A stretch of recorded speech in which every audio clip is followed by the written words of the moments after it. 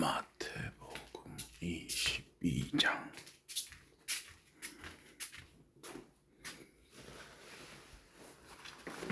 마태복음 22장.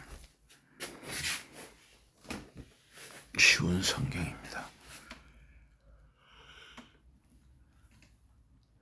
예수께서 여러 가지 비유를 들어 사람들에게 말씀하셨다. 하늘나라는 자기 아들을 위하여 원인잔치를 베풀어 임금에게 비길 수 있다.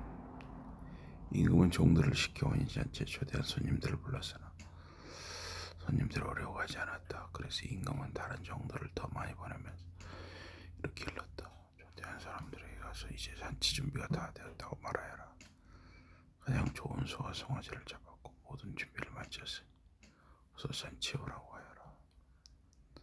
그러나 초대받은 사람들은 종들의 말을 듣는 동만 한동하고 저마다 자기 일을 하러 갔다. 한 사람은 밭으로 일하러 가고 한 사람은 장사를 하러 갔다.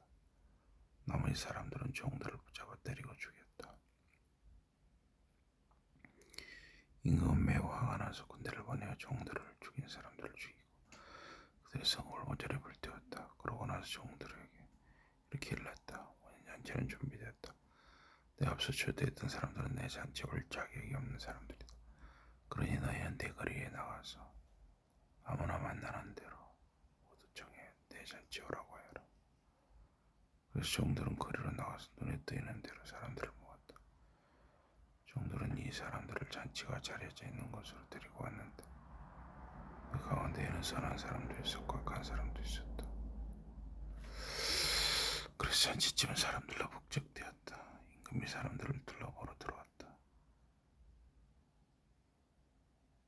임금은 잔치 자리에 걸맞지 않은 자림새를 한 사람을 보았다. 임금이 그 사람에게 말하였다. 여보게, 자네가 어떻게 여기에 들어올 수 있었나? 자네는 잔치에 올리는 옷을 입고 있지 않았는데 말이야. 그러나 그 사람 아무 말도 하지 못하였다. 그래서 임금은 종들에게 명하였다. 이 사람의 손과 발을 묶고 어두운 밖으로 내던지라. 그가 거기서 슬피 울며 괴로워 일을 할 것이다. 부르심을 받은 사람은 많지만 뽑힌 사람은 적다. 바리새파 사람들은 예수께서 사람들을 가르치고 계신 그 자리를 떠났다. 그들은 예수께서 틀린 말을 할 때를 기다렸다가 그것을 트집 잡아 예수를 잡기로 하였다. 그들은 자기네 제자들을 헤롯 당원들과 함께 예수께 보냈다. 그 사람들이 와서 말하였다. 선생님, 우리는 선생님께서 정직한 한 분이심으로 합니다.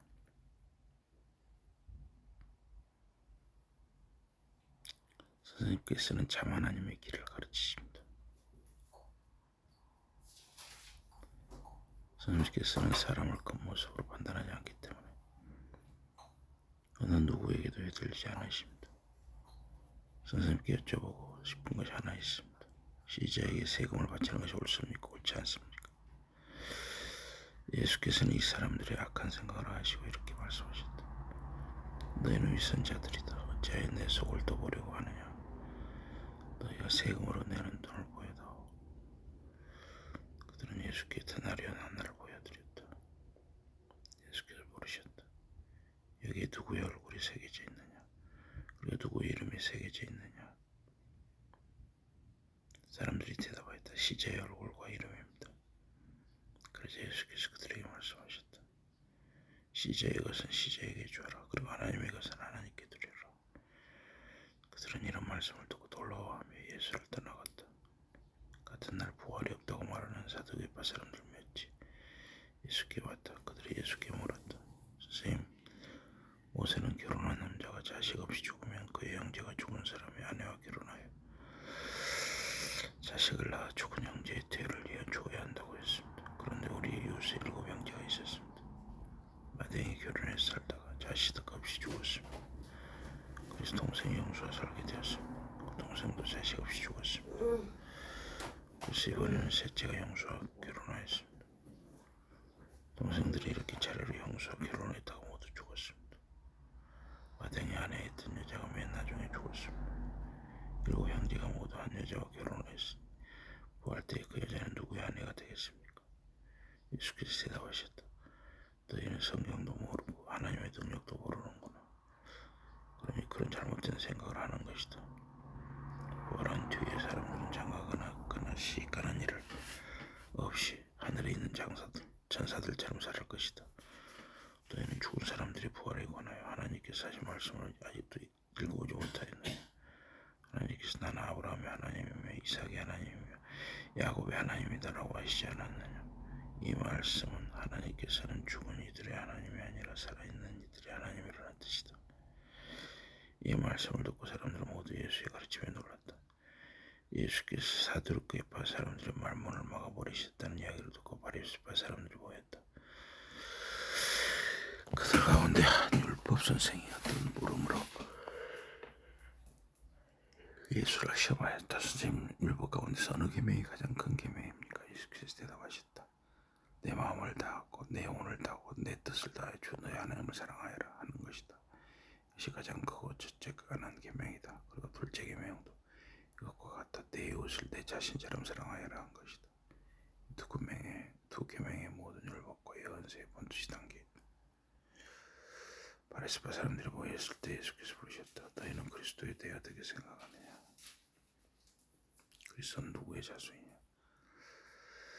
바리새파 사람들이 대답하였다. 그리스도는 다윗의 자손입니다. 그러자 예수께서 바리새파 사람들에게 물으셨다. 그렇다면 어찌하여 다윗이 성령의 감화를 받아 그리스도를 주라고 불렀느냐? 다윗이 이렇게 말하지 않았느냐? 주께서 나의 주께 말씀하시기를 내 오른편에 앉아라. 내가 내 원수들을 내 발 아래에 두리라. 여기서 다윗은 그리스도를 주라고 부르고 있다. 그런데 어떻게 해서 그리스도가 다윗의 자손이 될 수 있느냐? 바리새파 사람들은 예수의 무릎에 대답하지 못하였다.